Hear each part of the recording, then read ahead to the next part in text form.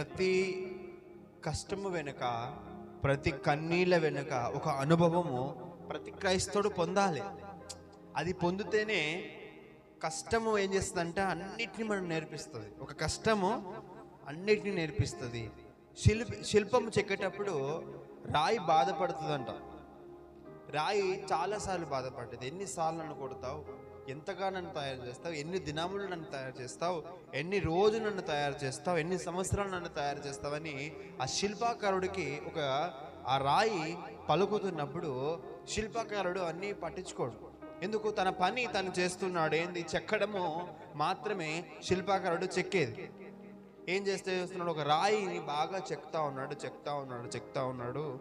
అనేక సార్లు ఆ రాయి బాధపడ్డదంట. ఏంటి నా జీవితం, ఏంటి నా బ్రతుకు, పోయి ఈయన చేతిలో మనం పడ్డామని. అంటే శిల్పాకారుడు అంటే ప్రభువు అయిన యేసుక్రీస్తు. హల్లెలూయా. ఈరోజు రాయి మనమై ఉన్నాము. మనమందరం రాళ్ళమే. చూడండి, ఆయన సన్నిధిలో ఉన్నప్పుడు కష్టాలు, కన్నీళ్ళు అన్నీ వస్తూ ఉంటాయి. అంటే ఆ రోజు ఆ రాయి కూడా కష్టం వచ్చింది, కన్నీళ్ళు వచ్చాయి. ఎన్నిసార్లు నన్ను కొడతావు, ఎన్నిసార్లు నిన్ను దెబ్బ పడాలి అన్నప్పుడు ఒకానొక దినమందు కంప్లీట్గా శిల్పాకారుడు ఆ శిల్పాన్ని చెక్కాడు. చెక్కిన తర్వాత పడుకున్న దాన్ని నిలబెట్టాడంట.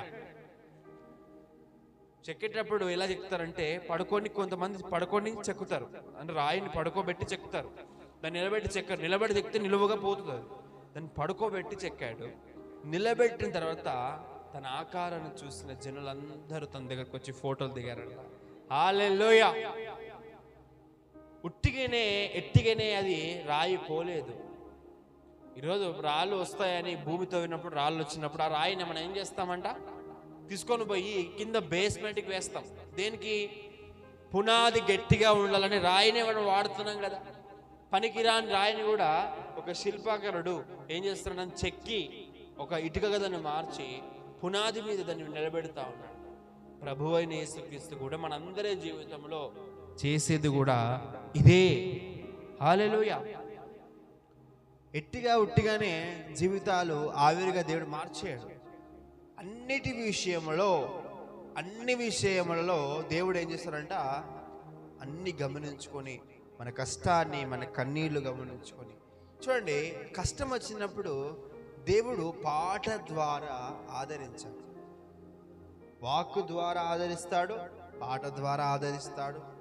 కొన్నిసార్లు పాటలు కూడా కొంతమందిని ప్రభావితం చేస్తాయి కొన్ని పాటలు.